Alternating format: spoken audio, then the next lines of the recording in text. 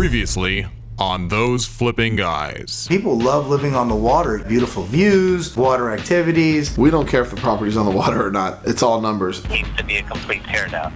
Oh, wow. Sometimes you get head scratchers. Apparently the city has a little bit of a condension notice on it. I see the structure problem, Gene. You're allowed to have it.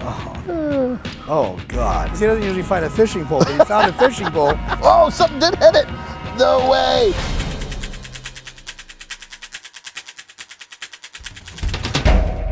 Somebody makes $25,000. Is that a bad deal?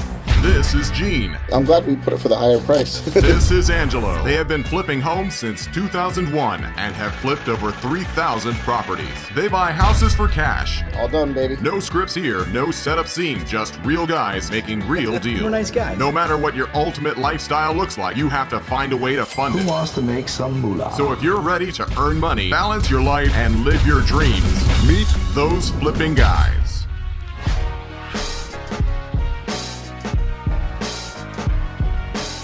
So this gentleman heard about us. He just wanted to come in and put a name with a face. In our business, often, I mean, we could do hundreds of deals with somebody and never meet them face to face because everything's done over the phone. I saw one of the emails that said, or had a link to one of the episodes. I had to see all 7 of them at the same time. When he called me on the phone, I invited him in. And, you know, one of the best times to come in and see us is Tuesday because we have our reoccurring Tuesday meeting.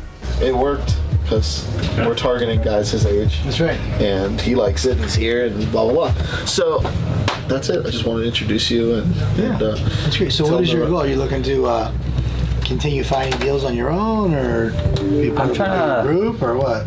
I'm open to options, to be honest. So I'm looking. Anybody can get into this business, and I think anybody who's ever thought about starting their own business has thought about buying and fixing and selling real estate, or they thought about long-term wealth as far as holding real estate. Listen, guys, if you just did one deal a year, you can make an extra $15,000, $20,000, $30,000, and that can go towards paying off a payment, or putting a kid through school, or just a great vacation, or putting money towards retirement. So you don't necessarily have to quit your job or your career to do a couple houses a year or to build a real estate portfolio. I totally recommend it. I extended an invitation to just run the deals by us. Yeah. And, he's got 2, if you want to look at real quick. Oh, yeah, you got something right now? Awesome. You know, kind of share ideas, see what they do specifically, what I do that we can kind of work together on. Now, if you really want to be serious and you want to make this your lifestyle and your livelihood, well, you know, that takes a lot more commitment, but the barriers to entry are very low. Does require some cash, does require some knowledge, but man, there's deals all around us, even in this very competitive market, and I'd recommend anybody to get involved.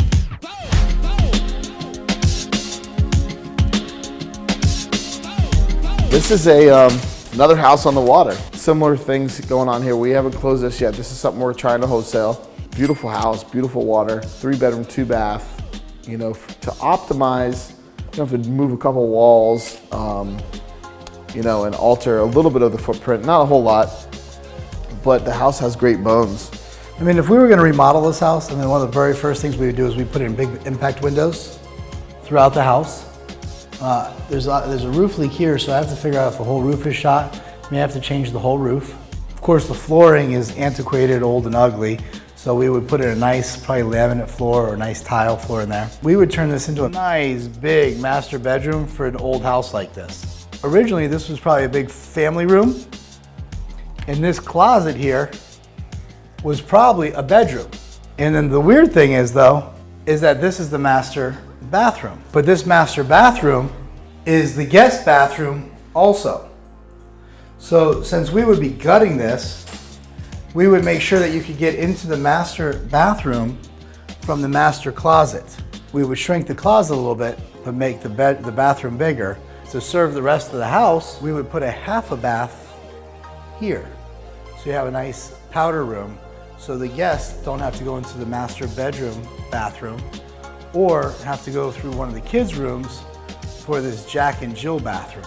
It serves this bedroom, and like on the Brady Bunch, it goes through and it serves the other bedroom. Very rare on these older houses to have the nice higher ceilings and such a big kitchen. You come out here, this kitchen can really be, I mean, just gourmet and awesome. And then check out the view you'll have. You're overlooking, you know, the Intercoastal Waterway.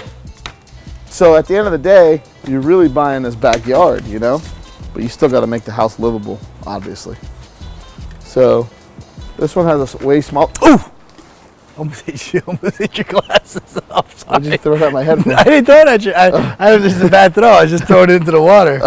This one's at your head. Anyway, this has a way smaller dock than our other one. So this is ample dockage for even a big boat, because you really just have to get on and off the boat here. So not that big of a deal. It needs renovation, but once you're done, you're gonna have a gem, an absolute gem. Yeah, coconuts, mangoes. There's another mango tree on the other side. Our plan is to flip it real quick. If we don't flip it, then we're gonna close it, renovate it, and sell it. Gene, you remember the exact number we're paying on this one? I want to say like 313. Yeah, I think, yeah, we're paying just in the low threes, and it's probably worth somewhere around 450. And the renovation cost on this house is it's gonna be 40, every bit of 40, because you're moving some walls and changing some things. But at the end of the day, you'll have a house, you'll be into it for, say, around 360, 365, and even if you sell it for 440, that's not a bad day. Next door neighbor's house, it's a total rehab, and they're selling it for they sold under contract for 430. So I'm gonna call that agent that sold it, Ange, and see if she has another buyer. Our business it's a network. We're constantly working with other investors. We need to work with other investors. Hey, I know you had this deal over here. Were you able to sell it fast to kind of get a temperature of the market? Yeah, hi. My name is Gene Schroeder. I see you're the agent that sold the property on Gulfstream Lane. It's imperative that you work with other investors. You can't do this business by being on your own private island. Just so you know, we're investors, and we have the one next door under contract, and we're actually looking to flip it. I don't know if you have any other, if you have any cash buyers for this. We're asking $330 for it. It has to be cash. No. If we remodeled it, we'd be asking, mid-fours for it. But no, we're just investors, and we're looking to wholesale this one before we close on it. After we close on it, then we'll renovate it and we'll spruce it up. But if we can make a quick nickel on it, we will. All right, thank you. Appreciate it. Bye-bye. Cool. She has somebody. Angela, this must be a bad time to hang out here in the jacuzzi. Why? Because mangoes be dropping on your head, Yeah. You sit here clunk. I just feel it's more spacious. It's got the higher ceilings, but this one does need a lot more work. You have to update the electric or move the electric. It's on fuses. Wow. So that has to be changed. Change the kitchen, change the windows. The AC probably is going to need to be changed. It's an expensive rehab. The ideal situation on this one is to find a cash end user that's looking to buy a house with a lot of equity and make it their own.